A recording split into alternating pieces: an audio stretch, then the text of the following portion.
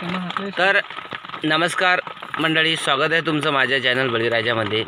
आज पुन्हा एकदा तुमचं स्वागत आहे।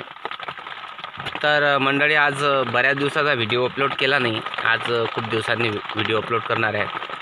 तर कारण असं की पाऊस चालू आहे आणि आम्ही कांद्याच्या बोगीमध्ये आहे। इथं कांदे भरून राहिलो, हे बघू शकता तुम्ही। दादा तिकडे बाहेर आहे। तर आज हे बघू शकता तुम्ही, कांद्याची बोगी आहे जे ताटी आणि लाकूड रोवून बरोबर त्याच्यामध्ये भरलेले आहेत। सुरक्षित हवा लागली पाहिजे। त्याचं अंतर जवळजवळ 3-3.5 फुटाचं, 4 फुटाच्या आतमध्ये, हे बघू शकता। आणि सपोर्टसाठी तार। तर बाहेर पाऊस आहे, तुम्हाला आवाज येत असेल। तर कांदे कशा प्रकारे राहतात बोगीमध्ये पाहू शकता। एकदम कोल्हाठण कांदा आहे। अजून 4 महिने 2 महिने 3 महिने राहू दिला तरी या कांद्याला काहीच होणार नाही।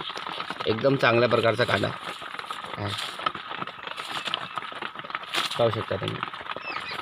तर मंडळी, आमच्या इकडे माझं गाव तुम्हाला माहीतच आहे, पण पुन्हा सांगतो।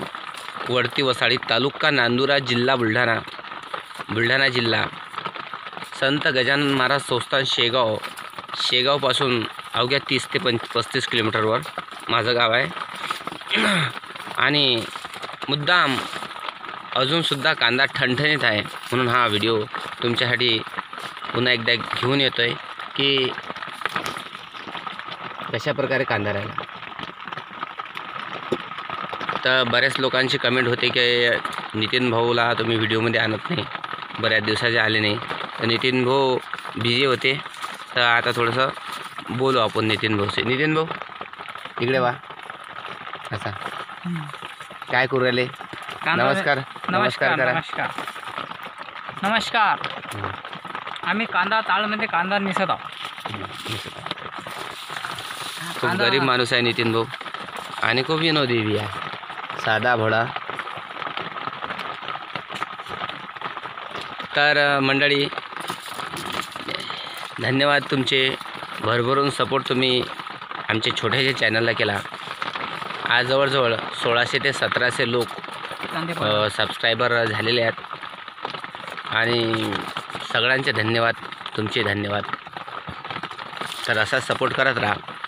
व्हिडिओला आवडला तर लाईक आणि चॅनलला सबस्क्राईब करत जा। धन्यवाद, पुनश्च जय जवान जय किसान।